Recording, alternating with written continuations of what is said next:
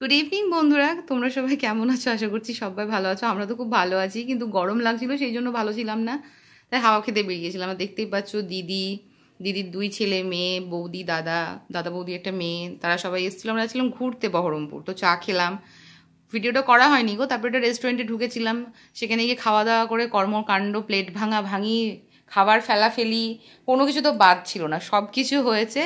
মানে পুরো রেস্টুরেন্টের প্রজেক্ট লস করে দিয়ে ধরো চলে এসেছি। যাই হোক, তো আড্ডা গল্প ঠাট্টা সব কিছু করে চলে এসেছিলাম। তারপরে মানে ওখানে ফাস্ট ফুড খেয়ে, স্ন্যাক্স খেয়ে কারোর মানে পেট ভরে গেল, মন ভরেনি, তো এসে আবার মোমোটাও খেয়েছিলাম আমরা সবাই।